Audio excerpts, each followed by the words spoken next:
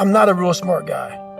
And what I mean by that is I was born with ADD, ADHD. My brain cannot retain information. I'm not some genetic freak when it comes to running, when it comes to lifting weights. I am absolutely the bottom of the barrel.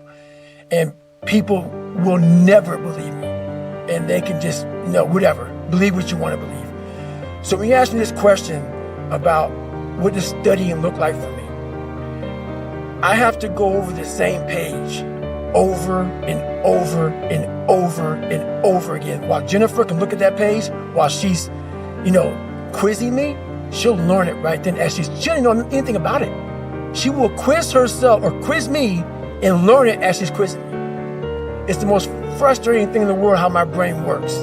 So what I do is I literally sit there with a pen and paper and I have my books and I go through and have to write everything down every single day. I will study the same page until it's photographic memory from writing the same thing down. And then from there, I'll go back through and relearn again. So I'll learn the bulk of it, but then I'll go through and learn the small things within that. So if it's a medication, I'll learn what the medication does. I'll learn how to even say the medication. Because these medications aren't like albuterol. No, it's very big words. So I'll go through, learn how to say the name. Then I'll go through, learn what the dose is. Then I'll go through, and this is like every single day. It's not like, oh, I got it. Let's just go through. No, nothing is, I got it. Every single thing. So I can't wait to get in this conversation because everything I do in life, it sucks. Everything I do in life, it sucks. That's why when I was 300 pounds and 24 years old, it wasn't like I had some big epiphany of, let's just go be a Navy SEAL and let's lose some weight. No, I knew my entire life was going to be a struggle, which is why I just ignored it. And I said, I'm not even trying to jump off into this and learn how to read, how to write, how to memorize, how to become something I am not. But through that process, something happened to me. And I realized this is why I feel sorry for no one. Because people are going to think that I am maybe lying or maybe fibbing or exaggerating. No, I was the lowest form on earth. No talent, no ability to learn. And I literally know what it is to be rock bottom and to build that up. The road to success is rarely a straight line. For me, it's always been more like a maze. Many times when I thought I'd finally cracked the code, had it all figured out and found the straight path to certain victory, I hit a wall or got spun into a turnaround. When that happens, we have two choices. We can stay stuck or regroup back up and try again. That's where evolution begins. Hitting those walls time and again will harden and streamline you. Having to back up and formulate a new plan without any assurances it will ever pan out will tune your say up and develop your problem, solving skills and your endurance. It will force you to adapt. When that happens hundreds of times over the course of many years, it is physically exhausting and mentally draining, and it becomes damn near impossible to believe in yourself or your future. A lot of people abandon belief at that point. They swirl in the eddies of comfort or regret, perhaps claim their victimhood, and stop looking for their way out of the maze. Others keep believing and find a way out, but hope to never slip into a trap like that ever again.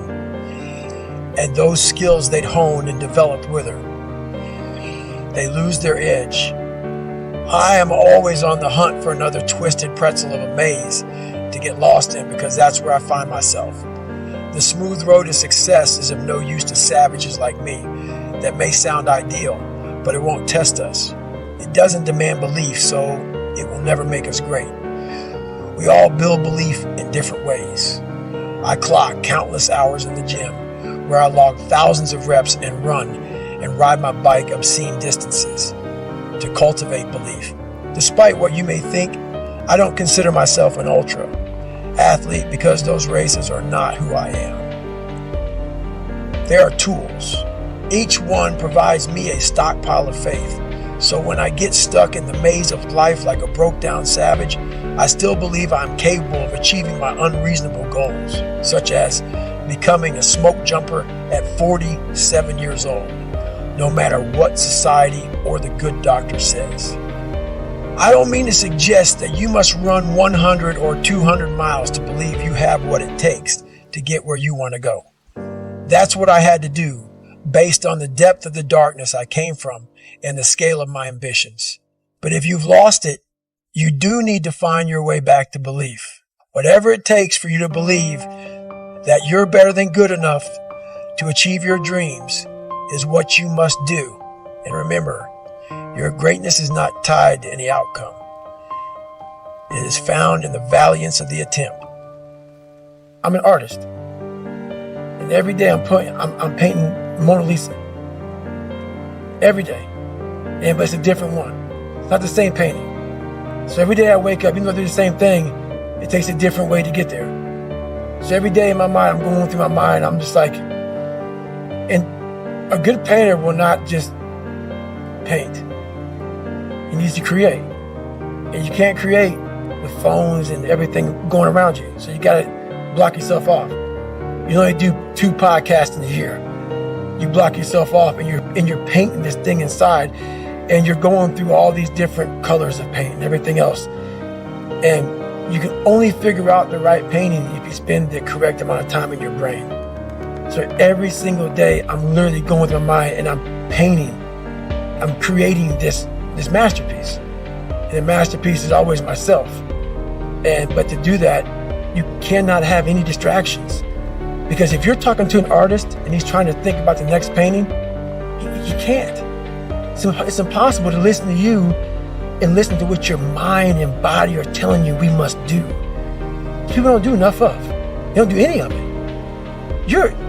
They don't have passion. They lack passion, drive, determination because you haven't spent time with yourself. Your mind will tell you what is next. But you haven't spent the time to go, all right, let me just figure this out. You're looking for, let me Google this and let me Google that and you're not going to find it there because there's billions of people in this world and they're all supposed to be individuals. We have a pack mentality. That's why you're so fucking lost. Why am I so unique? I'm being exactly what the fuck I was supposed to be. I ain't follow shit. And when I did follow shit, I was like everybody else. The second I said, okay, man, hang on, dude. You don't like this, you don't like this, you don't like this. Who are you, David Goggins? Who are you supposed to be? Miraculously, all these things just, I couldn't even, the list of shit I had to do just, wham! It's like, fuck, okay. Wow. Once you sit down with yourself and say, okay, I don't want to be like Michael Jordan or Jim Brown. They both were on my birthday, so I looked at their birthday and said, oh, maybe I can be one of these. I can't. I'm going to be David fucking Goggins. And that looks like this. It just came, everything flooded. So every single day of my life, there's a different thing that comes up that I have to do. We've all experienced it before. There's something we have to do, but even though we know this, we can't convince ourselves to sit down and get it done. Instead, we are overwhelmed with all of the distractions surrounding us. Our thoughts run rampant, eclipsing the voice in the back of our head, telling us to get back on track. We feel out of control, like we can't take charge of our own actions. Temptations are all around us, and foolishly, we keep giving in to them.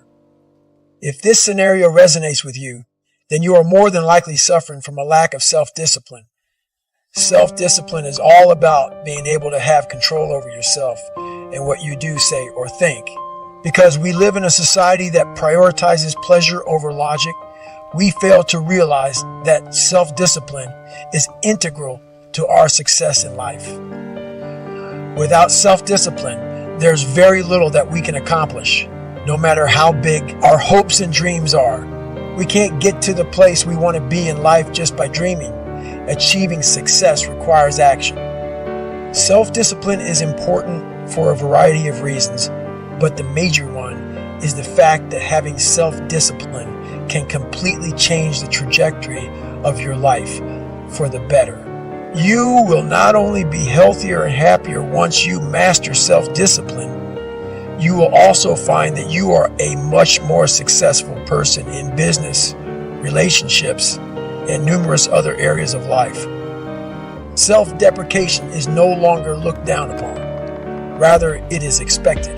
We limit ourselves by downplaying our abilities, and as a result, many people do not realize the power that they have within them. No matter how much you feel like your abilities are lacking, you are capable of achieving great things, both in your professional life and your personal life. You have the strength deep inside you to fight your way through anything life throws at you, no matter how tough. Developing a strong sense of self-discipline can completely change your life.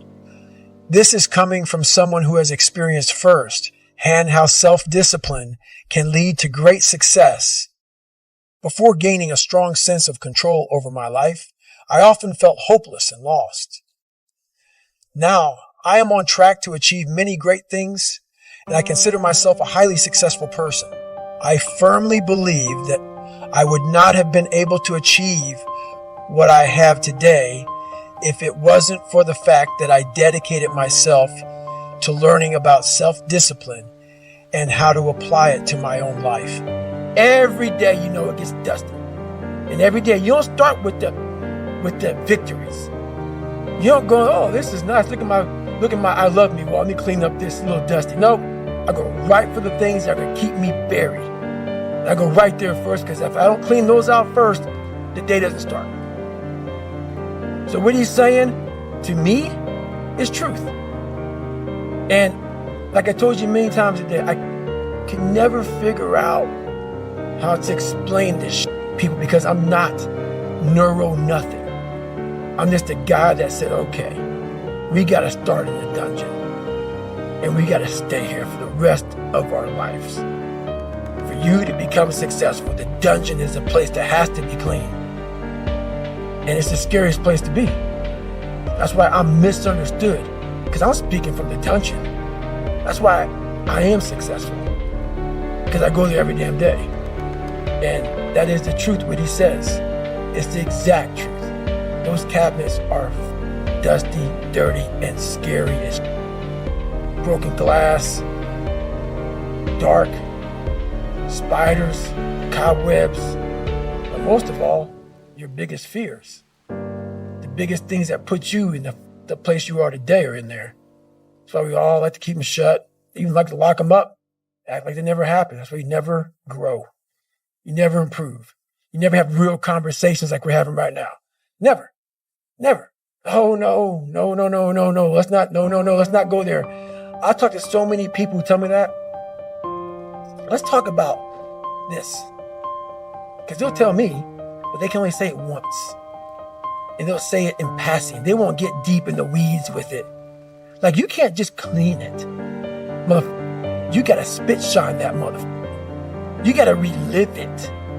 Every fucking detail of it. You can't just be like, oh, yeah, my dad beat me. No. It is what it is. Hey, it is what it is, motherfucker. It's killing you. It's taking over your whole fucking life. But that's the conversation. Yeah, my dad. Yeah, I'm fine now, though. I'm good. Okay. All right. No, you ain't. You ain't fine. You ain't fine. This is real talk. You don't have that. So your boy's right. 100% right. Scary as shit. It's scary as shit. It makes you who you're supposed to be. And that's the test. We forget. We think we're supposed to breathe air and have kids and pay the bills and shit. And what's this life about? It makes no sense. Being tested, my friend. Tests come when you have not studied. Tests come when you think that you're in a great place. That's the test. The test is every day of your life. And most of us fail because we don't know why we're here. Because we don't go inward to say, oh, you gave me a lot of shit to fix, man. And this test sucks. But then you start. I am not a real smart guy. And what I mean by that is I was born with alert all like my brain cannot retain information. I am not same to running when it come to lifetime wings. I am absolutely the button of the barrels, and people will never believe me, and they can just whatever believe what you want to believe. So when you ask me this question about what the starting look like for me, I have to go over the same page over and over and over and over again, which Jennifer can look at that page, which is quizzing me. Say she will learn it writing then as she didn't know anything about it. She will quiz her or quiz me and learn it as she is quizzing me. It's the most frustrating thing in the world how my brain works. So what I do is literally sit there with a pen and paper, and I have my books, and I go thought and have to write everything down, every sign. Day I will study that same page until it's photographs, memories from writing the same thing down, and then I will go back thought and learning again.